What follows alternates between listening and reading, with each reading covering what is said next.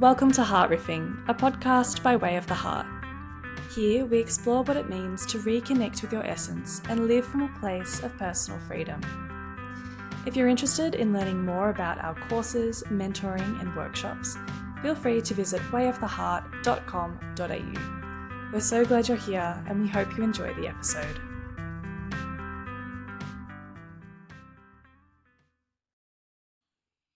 Hi and welcome to another episode of Heart Riffing. Today I wanted to do one which I think we've talked about kind of a lot on and off, but just this idea of doing the work in that I think that a lot of people think that they want to do the work or they think that they're doing the work, but maybe they're actually obfuscating or they're not really doing the work or they're not really willing to get into the nitty-gritty of what the work actually means. Right. So by the work we're talking about, I think in the way of the heart context, by the work we're talking about this movement from being externally referenced, where I'm, sourcing, I'm kind of onboarding a whole lot of energy outside of me, from just the external world, from what people say, trying to calibrate at work or with this relationship or that relationship, to inwardly calibrating with my own heart. And we're always drawing the distinction that we're calibrating with our heart because our heart is ally, advocate and agent of our essence. So we're trying to connect with the ground of being. It's all the same way. It's the same way of the heart conversation, but the work in way of the heart for me is not just kind of, it's not just spiritual practice. It's not just, do your mindfulness, do your sitting, do your meditation, do your yoga, do your prayer, do your Bible reading, do your journaling. It could be all of those or none of those, but the core thing for me around doing the work is, what have I got to do to come back to be living a life which is grounded and centered in who I really am? So I'm turning up authentically. I'm turning up as a real person, as the person that I actually am. That's what I would define as doing the work. Yeah. This is hard though, because I think that we associate doing the work with tips and tricks or a framework. Do you know what I mean? Like, I think if someone's looking to improve themselves or they're looking to become internally referenced, then they are searching for ways to do that. And so I think in a very utilitarian world, the natural inclination is, well, give me the framework, let's go. Yeah, and I think that there's a really interesting distinction that we would draw, because I think a lot of people are trying to improve, they're trying to get better, they're trying to perform, they're trying to do, they're trying to go to another level, they're trying to, get more out of life, optimize stuff, or it could just be that they're just trying to get through the day. Like, let's be real, some people are just going like, I just need to find a rhythm that works for me, or, I need to find time for the kids. I need to find time for myself. I need to be there for my key relationships. I need to turn up and be present at work. It's all these kind of things, right? So it's not necessarily a hyper-achieving person that wants to be bigger, better, best. It's just sometimes, people are just trying to find an operating rhythm for life, right? The distinction that we draw is that you can try and find an operating rhythm for life by, as we said before, calibrating or aligning or trying to manage all the stuff that is out there. Or you can realize that actually, and there's lots of people out there that give you hacks and tips and frameworks to do that, time management, energy management, whatever you want to call it, there's all sorts of different coaches and mentors and life management skills people out there, right? And they're all great. No, from our perspective, they're all great. And do them if you want to do them, and you'll find even within the context of a spiritual practice, like a religious practice, there's, attendances and service and all sorts of different things, of worship or worship is strong in the Christian tradition. It's strong in it's strong in the Hindu tradition. Bhakti yoga is devotional yoga, right? So there's all sorts of things that you can do. In Way of the Heart, that conversation gets really centered because it says we're not trying to do any of that. Mm-hmm. We're trying to go back and connect to a fundamental part of ourselves, the fundamental part of ourselves, the part of us that turned up on day one. Mm-hmm. And existed in fledgling form and has been trying to unfold ever since, mm-hmm. right? And so we're saying there is actually work which is required to allow the plant to unfold, mm-hmm. allow the essence of who you are to unfold. That's what we're saying. Mm. Now, when we say that, we use a whole range of descriptors in and around that. We talk about, it's a way, it's a Tao, it's a flow, it's a river, it's a process of returning to nature. So what we're saying is that return, that the work of return that we're talking about is fundamentally an allowing of what is to actually be. And we'll find out that, and we do find out really quickly, that we have enormously complicated lives. And a lot of the work that we're talking about in Way of the Heart is the dropping of performative roles. In other words, not being what I'm not turning up for people in a way which is not authentic and true to who I am, not people pleasing, not outsourcing my value to other people. It is valuing myself. It is trusting myself. It is not betraying myself. It is being true to me primarily, or you being true to you, or you being true to you. All of that sounds enormously easy, but it's actually involved some work. And I was going to say it's almost like an oxymoron, because it sounds like, doing the work is simply allowing, or allowing yourself to unfold, or going back to that ground of being, which sounds really easy, but that actually is really, really difficult. And I think that, in my experience, that is really hard to do. I think for example, I was at an event today and I just felt like I don't belong here. Yeah. And I watched all of my different energies pop up at some point in that event. So at one point I'm in my ego and, trying to justify whether I belong there or not. And at another point I feel, the emotions come up. I feel embarrassed, or I feel, anxious, or whatever it is. And I'm watching, and then, the mental energy comes up and I'm thinking about how can I find a place here. So, and every single time it was such a practice to go back to the heart center and go, okay, what is my heart saying in this really? It's like, oh, the heart doesn't really care. It doesn't care. No. Because the heart, the heart really only has a now moment. Mm-hmm. And it will just show up as you in the moment. And it doesn't particularly have any other great kind of goal. It's not projecting, it's not needing anything out of the moment. And so that, the truth of that situation that you were in today is that you totally belong there. But you had to totally belong there as yourself. And so the subtle feeling is you can go into an environment like, the meeting that you were in today and go, I don't belong here. Well, you absolutely do belong here. You were invited to be there. So you belong by virtue of the invite, and you belong by virtue of the fact that you were there. But the question is, are you going to be there as yourself, or are you going to be there and try and, with all these other energies working on you, are you going to try and scramble to be something that you're not?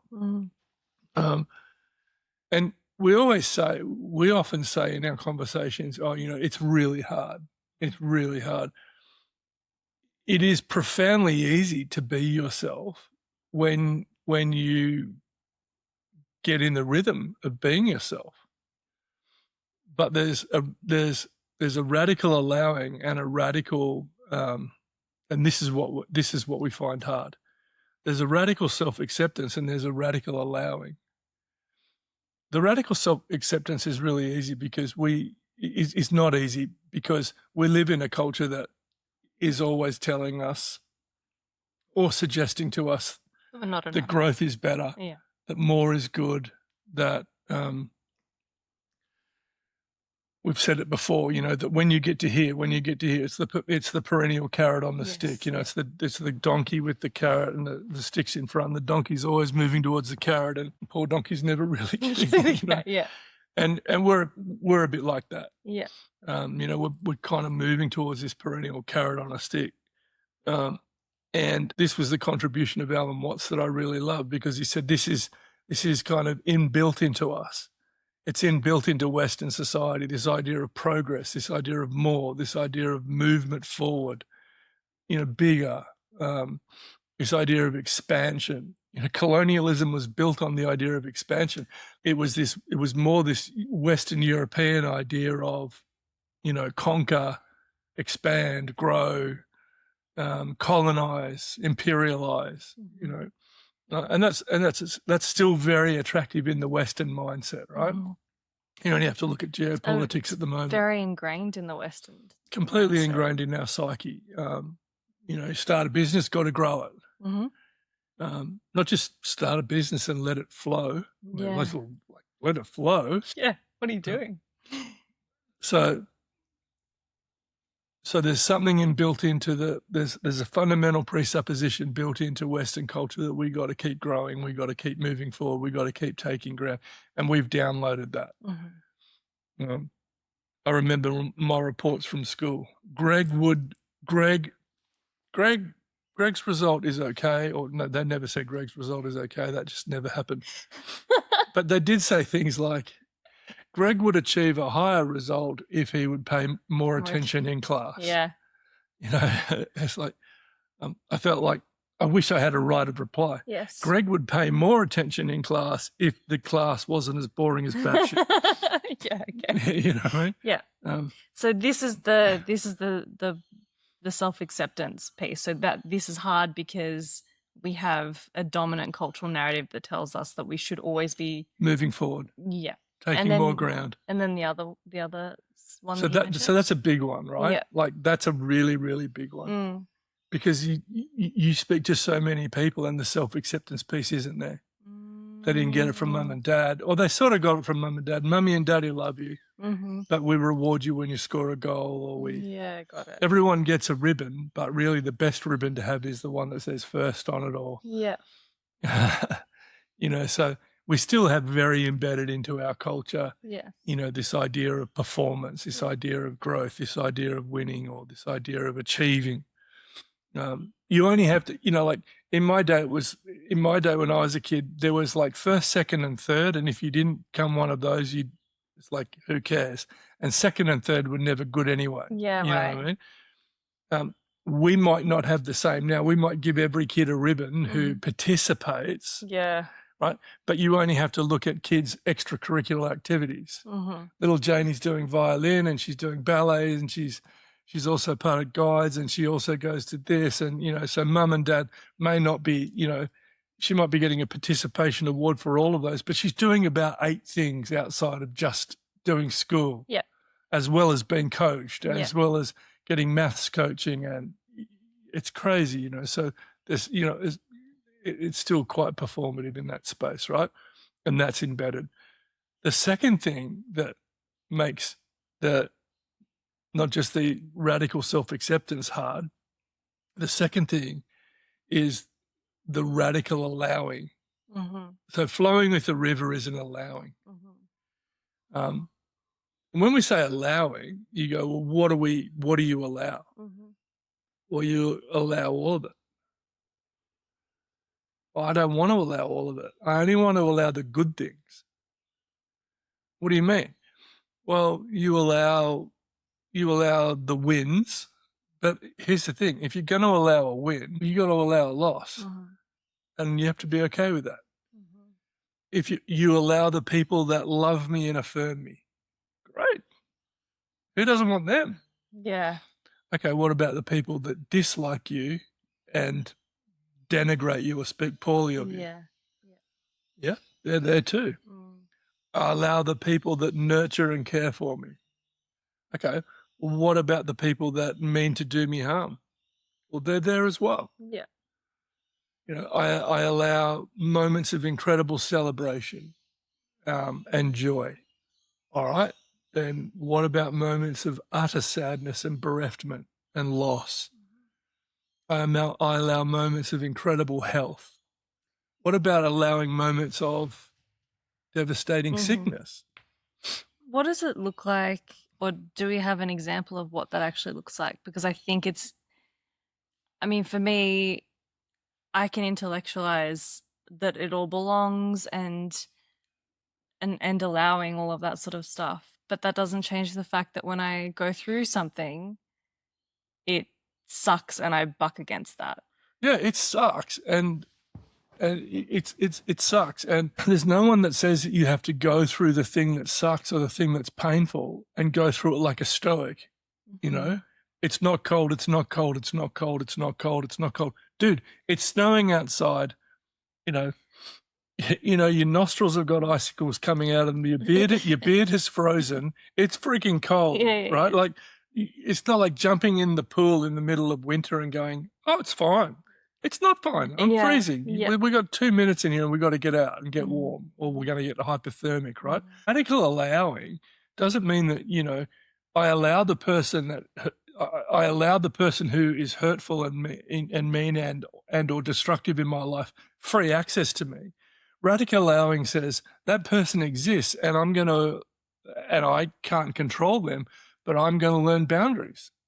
I'm going to learn to manage that person without getting vindictive, without getting spiteful, without getting malicious, without becoming, some kind of maligned, damaged individual, without becoming traumatized, without becoming anxious, without becoming avoidant, without becoming attached to some form of security or some point of departure, right? You allow that, you lean into that, you learn the boundaries, you learn the coping mechanisms.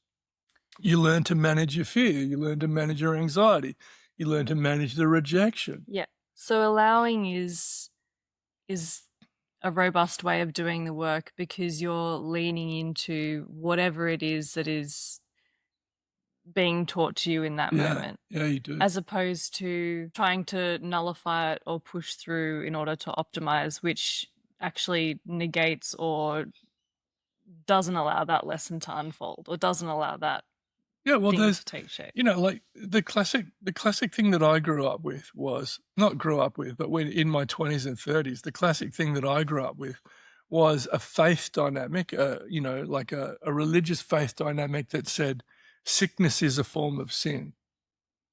What? It was a form of fundamentalism, right? There's fundamentalists out there that go, if you get a cold, you can rebuke it away. Oh yeah. Okay. Right? Yeah. That someone that gets cancer lacks faith. That someone that doesn't get healed lacks faith. Yeah. Right? That's a fundamental form of not doing the work. Right. Right? And then when you say to them, well, why does God allow sickness? Well, God doesn't allow it. That's human sin. That's human rebellion, and it wouldn't be in the world if man didn't rebel from God. That's an extraordinary simplification of complex ecosystems, because built into every ecosystem is processes of decay. Got it. Right? Yeah. There are little things called termites. They actually eat the heart out of trees. Yeah. There's brachyfungus in some of the big gum trees out here. Brachyfungus in the wind and the wet, it's spores of a fungus that go out, stick on a tree, and then eat their way through into the tree and then hollow out the tree. Yeah. What do you think happens to the tree? Yeah. In another big wind, 10 years later, the same tree falls over, fully decayed. But it's like, or the branch fully drops off. And here's the thing. Here's the paradox about ecosystems. Where the branch falls off, there'll be a big knot. The knot will rot out, and then a big possum will go and live in that, or a family of lorikeets will go and live in that. So in a complex ecosystem, all of this goodness, badness, there's no morality to it. There's really no morality to it. all of this stuff is happening without being, without being designated good, bad, or indifferent. It's just all happening. And the system just adapts to it. And in fact, when there's supposedly bad shit that happens, the system goes, okay, well then let's just decay that out, hollow that out. That's a great home for a big old grandpa possum's going to live in there, or the little lorikeet family, or the kookaburras are going to nest in that, or whatever it is, right? Or leaves that decay and fall off trees are going to become nutrients on the ground, and off it goes, right? So allowing is not this. Allowing is really seeing the bigger story of the ecosystem that you're in, without getting married to the fact that the branch is falling off. This is the worst thing that ever happened. Yeah. Right? So there's a micro narrative. Yeah. Okay. And the micro narrative has all the tension and drama and all the stuff, and you respond to the micro drama. You take it on board. It impacts you. Macro drama is like, sun's coming up tomorrow, right? Which sounds ambivalent, right? Sounds dismissive and ambivalent, especially when it's someone's got cancer, or, like that stuff does happen in a real world situation. And no kind of theology or philosophy that denies the tragedy of that, and seeks to eradicate that. Those philosophies, theologies, social systems, they're all dangerous, because they all just say every moment has to be optimal, every moment has to be good. But that's not how you grow. That's not even how you become strong. Yeah, because those moments suck. Yeah, but trees go stronger through wind. Yeah, right. Trees go stronger through being blown around. Roots get broader, deeper. So we're saying that realistically, doing the work is that mix of radical self-acceptance and radical allowing at the same time. Well, so radical allowing, which is just allowing the world to be what it is, without feeling like you have to sanitize it. You have to wrestle it into some kind of. Isn't it interesting? Almost every human system that's ever been constructed to kind of sanitize the world into an ideal state ends up becoming a form of tyranny. Yeah. All of human efforts to move towards, perfection end up becoming the grossest forms of perversion, because they look around and they go, well, you're not perfect, so you don't fit. Or people who are not like us, we've got to get rid of them.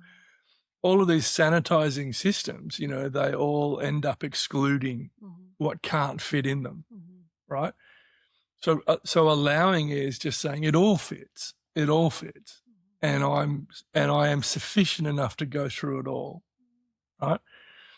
The radical self-acceptance is a challenge to us, because it isn't just about saying I'm a good guy. It's not like looking in the mirror and going, "Oh, wonderful, aren't I wonderful, aren't I wonderful? I am. You're wonderful. a winner. You're yeah. a winner." Yeah. Like I really am.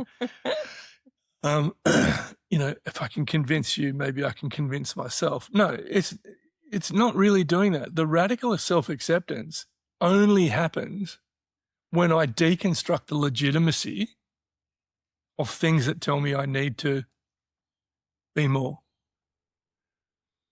So there's a process of delegitimization. Legitimization says this thing has a right to speak into my life. Delegitimization says you don't. Right? You don't just break away from family constructs, from social constructs, from other people's expectations. You don't just wake up one day and go, oh, I don't care, right? That's a really good way to be fired. Yeah. Yeah. That's a really good way to not fit anywhere. Got it. Right? That's a really good way to become antisocial and nihilistic. I don't believe anything. I don't give a shit about anything. I'm an anarchist, that was tried, with Sid Vicious and, Johnny Rotten or whatever it was, the early punk, I am an anarchist, I'm tearing everything down. the only thing that they had right about that is that there does need to be a tearing down, but what is torn down is not a violent deconstruction of everything else. It is deconstructing the legitimacy of the voice that tells you that you have to be something other than what you are. Mm-hmm. Right? Yeah. In previous ones, we might have said the deconstruction of the hoax Mm-hmm. that you're somehow broken. That's what has to be delegitimized. Right. So I think we've talked about these things, and you've given kind of examples in nature, but do you have a couple of like real world examples for what it looks like to actually do those things or to do the work? As in, I see we're talking about. Do you have any human examples as opposed to constantly referring? Yes, I love the allusions to nature, and I think it's helpful. The illusions, and it's very Taoist. But for people listening in their car who have just had a big day at work or big day with the family, I feel like it's maybe a hard ask to just envision yourself as a possum in a termite-eaten tree. Yeah. No, I can give you heaps. My dad always had the expectation that I would be like him, that I would go to the school that I went to. He was a prefect. He was an officer in cadets. He played in first football. He was in the athletics team. He was in the swimming team, and he was widely successful at school. My cousin went to the same school. He was captain of the first 15 football club, and he was also the school captain.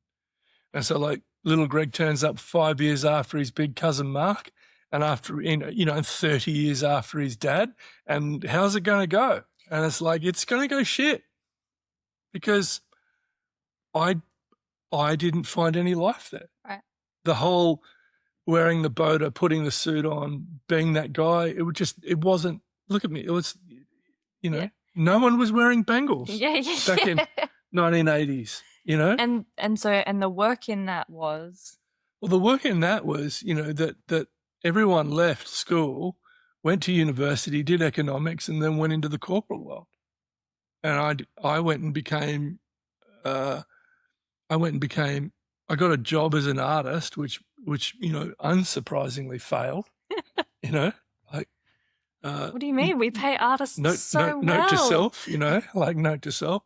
The commercial art world, was not a successful space.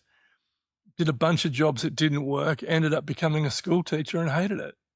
And I just could not locate myself. I couldn't go. I wanted to be I didn't want to be a primary school teacher. I was a special ed teacher. I didn't want to be a special ed teacher. So I just wasn't comfortable there.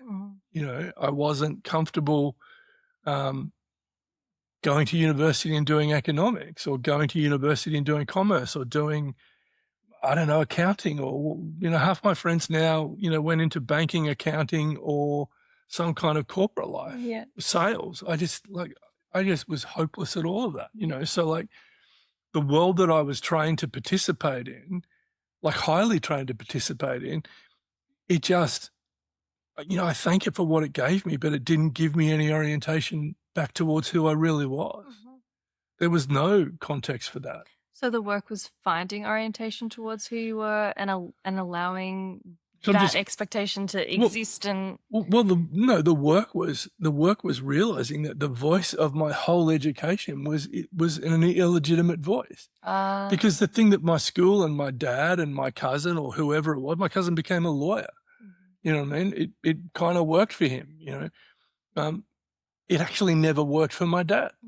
I don't think he ever enjoyed that. I think he would have loved to have become a teacher, but he went and became an accountant and a businessman. But what my dad never did is, my dad never said, and, I love my dad, and he's still alive, but my dad never said to the powers that be, or the cultural influence in his life, my dad never said, this isn't working for me. You guys really don't get to speak into my life anymore. I'm not really interested in what your expectations are for me. And here's the truth. Institutions and systems don't have expectations for you anyway. Yeah. We just, it's not like the school followed me up after I was out of school and said, are you meeting our expectations? They never did. Yeah. But they left me with a voice in my head that said, this is what a legitimate pathway looks Yeah. like. And whatever you're doing, it's not legitimate, Yeah. right? Exactly the same thing happened in the church. This is the legitimate path of someone who wants to pursue a ministry career. I never wanted to be a minister. Yeah, I right. wanted to be spiritual. And Yeah. the first spirituality I ran into was Christianity. Yeah. But then they said, if you want to be a minister, you've got to go to Bible college and you've got to read this theology and you've got to read Calvin's Institutes and you've got to do this and you've got to abide by that and you can't swear. Well, shit, that didn't work for me, Yeah. like, and it's like, oh, okay. So now I'm doing it. Now I'm trying to, now the spirituality that I discovered at Crescent Head on a surfing week away with a girlfriend is now this process of me becoming this sanitized, acceptable, educated, theologically trained individual. It's like, what am I doing? Mm, And then I'm running churches. yeah. And then I'm going to church and now I'm the pastor. Yeah. And people are turning up to the front door and they're knocking on the door. We go to this new town and members of the church turn up and they say to Ange, can't wait to be your friend. And Ange looks at them and goes, we will never be friends. Yeah, Like, right. what am I doing here? Yeah. Like, so my wife was even looking at me going, I don't know what you've got us into, but Right. this is crazy. Yeah. Like we're in another world that has nothing to do with us. Yeah. Now, you find yourself in those places. I'm trying to give you my real world examples. Yeah. I find myself in those places because there was this kind of, in the background, there was this expectation or was this voice that whatever you are has to become this in order to be able to do that. Yeah. Right? Meet these milestones, become this person, become like this. Yeah. And if you had the radical self-acceptance, you would have been able to look at that and go, no. Yeah, I think what the radical acceptance just says is like, that's legitimate for you. Some people fit in that. Mm-hmm. I didn't, but I never gave myself permission to say I didn't fit because I was always trained that if you want to achieve this, you have to lean into this. You have to become. Mm-hmm. This is why a big thing in Way of the Heart is there's no becoming. Mm-hmm. There's no becoming. You cannot become more you by contorting yourself to fit into something that has nothing to do with you. Ezekiel sitting over there on the couch cannot, master the art of barking in order to become a better dog because he's actually a cat. Yeah. It's like he can, whereas it's different. A kookaburra, a baby kookaburra, here I am back to nature, a baby kookaburra for the first 3 months just makes this horrible croaking sound. It's not the laughing kookaburra laugh. It's just screaming. It's just a horrible screaming. And then one day the screaming is like, it's the classic kookaburra laugh. Yeah. And you go, so the effort towards, it's almost like the kookaburra is going, I am a laughing kookaburra, I am a laughing kookaburra, I am a laughing kookaburra. Yeah, you are, because one day there it is, right? Yeah. But if Zeke is trying to bark, it's like, dude, you're a cat. Yeah. Don't stop doing that weird shit. Yeah. Yeah. And I spent a lot of my life doing weird stuff that really, and then you get to a point where you go, and this is what no one ever says. You get to a point where you just go, I can't do this. I'm not good at doing this. I'm not good at it. And this is what no one gets.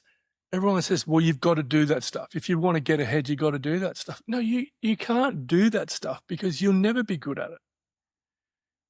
Any more than Zeke will be good at barking. It's like, you can't be doing stuff that has nothing to do with who you are. Mm. And everyone says, oh, well, you don't live in the real world. I actually do. I actually do live in the real world. And my discovery was when I accepted who I was and I did things consistent with who I was, it flowed. It worked. The universe didn't have some conspiracy against me that said, no, you have to be an aberration. You have to be something that you're not. Otherwise, we're going to cast you out and you're going to be a failure. It's like, no, I'm not afraid. My marriage is successful. My kids are great. My relationship with my kids are great. Where I live is great. You know, like I'm happy with everything in my life. Mhm. I'm not happy because everything is perfect. I'm happy because I'm no longer fighting it. I'm no longer trying to wrestle it into something that it's not.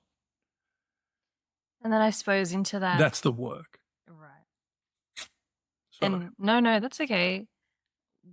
Where does the allowing come into that? Or is that the allowing? Well, I love where I live now, and I've got some dead shit neighbors as well. Like, welcome to the real world. Yeah. You know, I live on a shared driveway. Yeah. You've got a good relationship with your kids, but I know we piss you off sometimes. But some of our neighbors are crazy. Yeah. Crazy tree huggers, you know what I mean? Yeah. Like you can't cut back the camellia tree without some of them running out with photographs, you know? It's like, relax, it's just a camellia, you know? I'm not vandalizing the environment, you know? Okay. We're just cutting it back so we can all drive up the driveway, you know? Yeah. This is not, you know, this is not the Amazon. Yeah. You know, it's actually a residential area. Yeah. You know, so yeah, there's you know, I live in the real world still. It doesn't all flow my way. I go over the waterfall. You know, sometimes the river goes dry and I got to trudge. Last year, I wrote 144,000 words in Way of the Heart content. I literally wrote 2 theses in 1 year. Every day I got up and ground. You know, I had someone who was working with us in Way of the Heart that said, I don't grind. I went, just like, you're not building Way of the Heart with us then. Because in this season, the river's dry. We're going to carry the canoes across the sand and the pebbles and the rocks until we get to some more water. We can't just miraculously levitate it. We can't mindfully float Way of the Heart to a place where things start to flow. And so we did the hard work, right? It was a massive amount of work. And then there's a trickle and there's a creek and then, you know, then there's a little stream and then it's dry again. And then whatever, you know? Yeah. It's like, that's the river. Yeah, got it. That's, So I'm giving you real world life examples. No, that's great. I love that. I think that's really helpful. I think also then I kind of want to link this back into people who say that they're doing the work or they want to do the work, but they don't actually do the work. So how can you tell if you genuinely want to do the work, or how do you know that you're in that space where you're ready to do that? Yeah, great. I think when you first start to do the work, the big telltale, and we're doing a wisdom circle on this on Monday nights. So if you're interested, you know, contact us. The first place you will land when you start to do the work is what we call liminality. You know the word. That old chestnut. That old chestnut.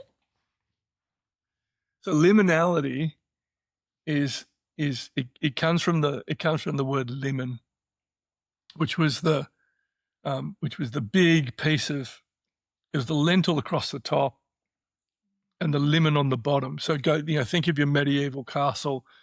It's got 8 feet walls, you know, and then there's a big stones on the bottom called the limen, and there's big stones on the top between rooms, right?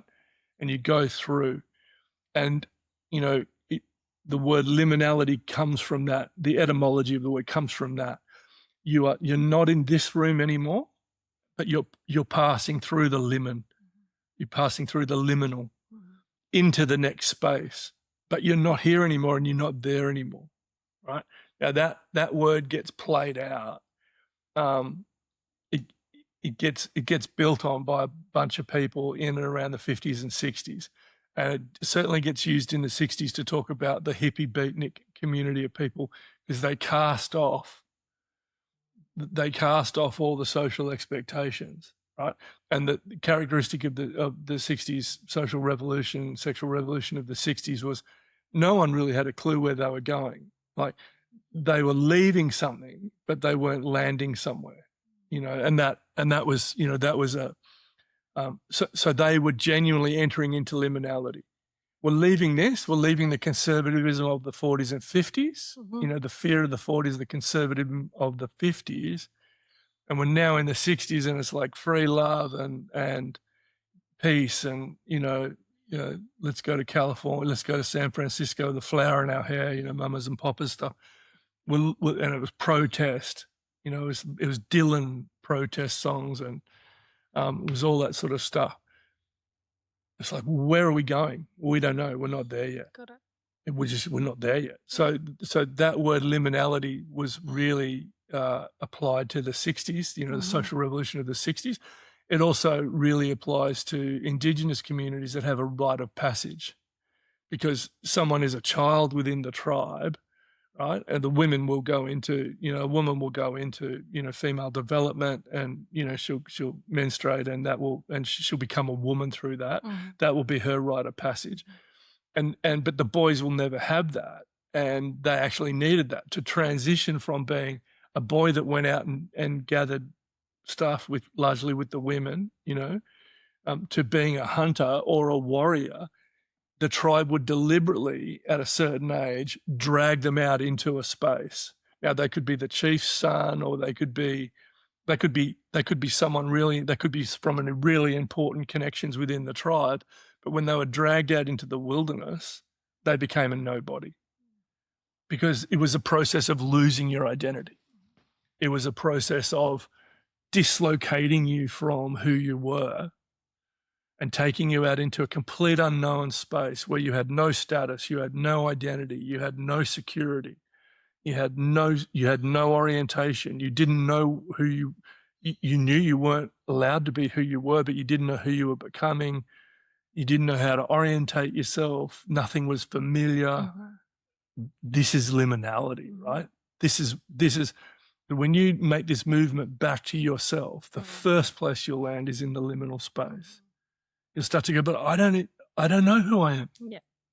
And I think too, if you're somebody who's listening, you probably have an idea of what liminality is, or at least what it feels like. It is that feeling of where I was before doesn't fit anymore, but I don't know where I'm going or what I should be doing. Yeah. And it does feel a little bit like wandering in the wilderness, and it does feel a little bit like being lost. But at the same time, if you lean into that, it's not for me anyway, once I leaned into liminality, it was actually a place of return, and that felt good. It felt like it was needed. Yeah, so it becomes easier the moment that you stop holding on to what you're leaving, the identity that you're leaving, the security that you're leaving, the status that you're leaving, the familiarity that you're leaving. The moment you just go, I'm not holding on to any of that, it gets infinitely easier. But most of us, our return journey to grounded being is about, and because all of those things, the status, the identity, the achievements, the accolades, the social placement that we have, the bills that we have, which are being serviced by doing this, the lifestyle that we have, the expectations, the relationships, the expectations, the sense of entitlement that we have about where we should be at this time in our life. I mean, I went into heavy liminality at 42 with 3 kids and a mortgage. It's like, everyone says Greg doesn't really understand. He talks about this stuff like it's really easy, but we got bills to pay. It's like, oh, Greg does get this. Bello went through this. This is where Bello was forged. The guy that wrote Way of the Heart walked through liminality for the better part of 13 years, right? It's like there's no happy landing there, more than 13 years. I know about 13 years. So, the degree to which you delegitimize the need for those things, the degree to which you can say to those things, I don't need that. I don't need that job. I don't need that accolade. I don't need to be regarded like that. I don't need to hold on to that. I don't need that possession. I can simplify myself. I can cut my cloth to meet where I am at the moment. I don't need to go on that holiday. I don't need to have that car. To the degree to which you can, pare yourself back to what you do need. Because the fundamental need we have as humans is we have a fundamental need to be true to who we are. Yeah. Like, that's the greatest need we have. The biggest need I have in my marriage is for me to turn up 100% as me, so my wife can actually have a relationship with me rather than some bullshit projection. The biggest thing I need in my relationship with my kids is to not hang on to my identity as being dad, the fountain of all authority, and let go of that and let my daughter run my company. You know what I mean? And let my other kids have independence from me and not have to refer to me for everything. I let go of that if I'm going to have a relationship with my family. Let my kids become my teachers. So the degree to which you can delegitimize the need to stay wedded to the old groom, you move into liminality and it starts to not be devastating. But the early part of liminality feels devastating. It feels like, because it is, your old world is drifting away from you. And I can't keep all the things that I'm juggling. I can't keep them all in the air. Exactly. They're all going to fall. Half of them are going to fall on the ground. The ones that are important you'll pick up with you and take with you, but there'll be really essential things.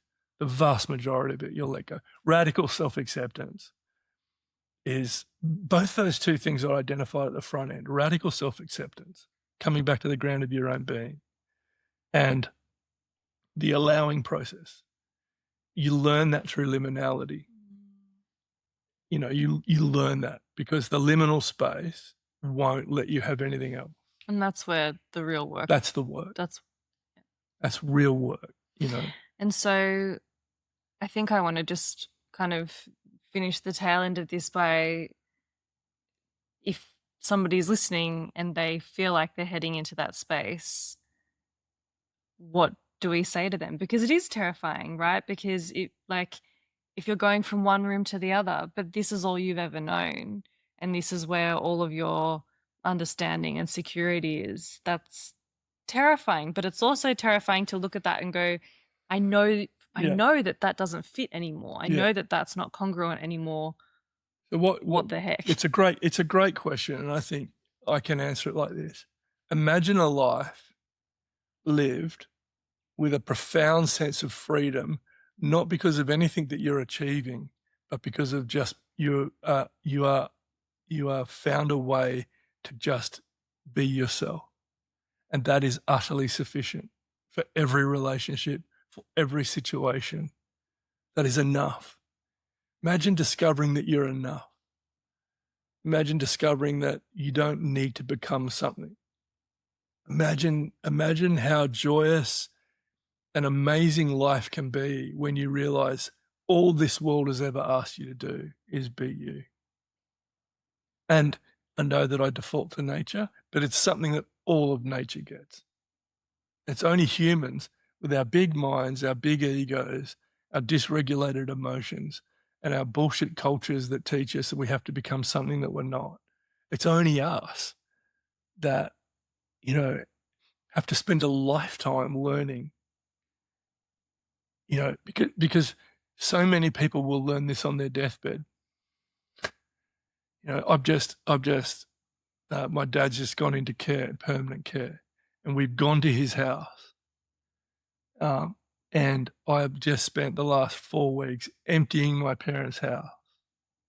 And the number of things that family members are taking of significance from their house fits in plastic boxes. The rest of it, it's gone. It's gone. And the vast majority of it, because it was acquired in the 60s and the 70s, vast majority of it no one wanted. And, Vinnie's didn't want it, because it's like it's 1960s furniture. Who wants a bar? The bar that I was never allowed to go behind because of like dad's bar. It's in a skip bin. Imagine learning at 92 that all of this stuff that I used to prop myself up actually was it didn't work. It wasn't it. Mm. So life will teach you this.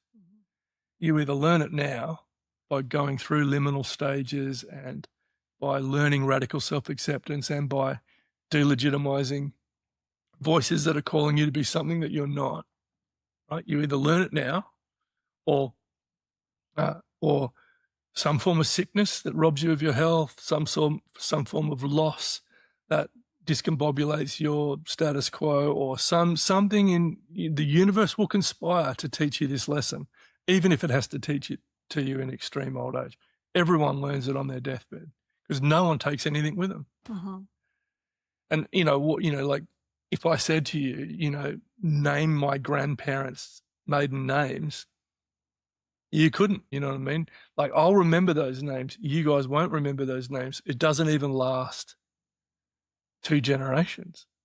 Nothing that we do lasts 2 generations, unless you're some megalomaniac prick that blew the world up or killed a lot of people. Okay. But the vast, Let's not aim to do that. yeah, it's not really, I mean, some people are doing a good job at that, but, that's not a way to be remembered. I mean, this is what life teaches you, and they're wonderful lessons. But radical acceptance and and radical allowing begin with liminality. And if to the degree to which you move into that and embrace that process, you'll end up in another room, and it is an incredibly free place to be.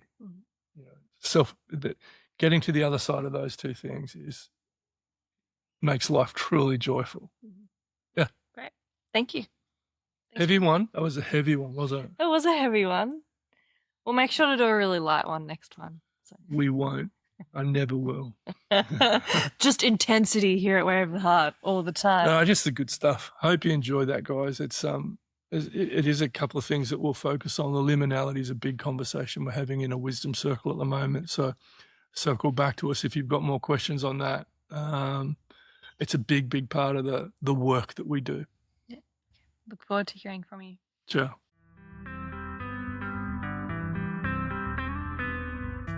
Thank you for listening to Heart Riffing. If today's conversation resonated, you can find more of our work, including courses, mentoring, and workshops, at www.wayoftheheart.com.au or on our Instagram, Way of the Heart Official. We'd love to hear your thoughts, reflections, or questions, so please always feel free to message or comment. We look forward to seeing you next time.